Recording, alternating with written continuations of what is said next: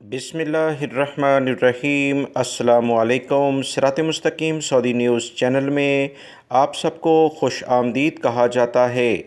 آج 9 اکتوبر 2021 ہے۔ سعودی وزارت صحت کی جانب سے وبائی مرض کرونا سے متعلقہ اہم ترین رپورٹ جاری کر دی گئی ہے، جس میں بتایا گیا ہے کہ پچھلے 24 گھنٹوں کے دوران سعودی عرب میں کرونا کی وجہ سے 35 افراد متاثر ہو چکے ہیں، جبکہ 51 افراد صحتیاب بھی ہوئے ہیں۔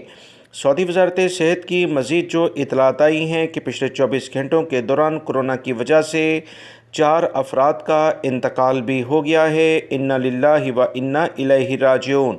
8,743 افراد ایکٹیو کیسز کے ساتھ سعودی عرب میں ابھی بھی موجود ہیں، جبکہ 141 افراد انتہائی بری کنڈیشن میں ہیں۔ ان کے لیے خصوصی طور پر دوستو دعا کی جائے۔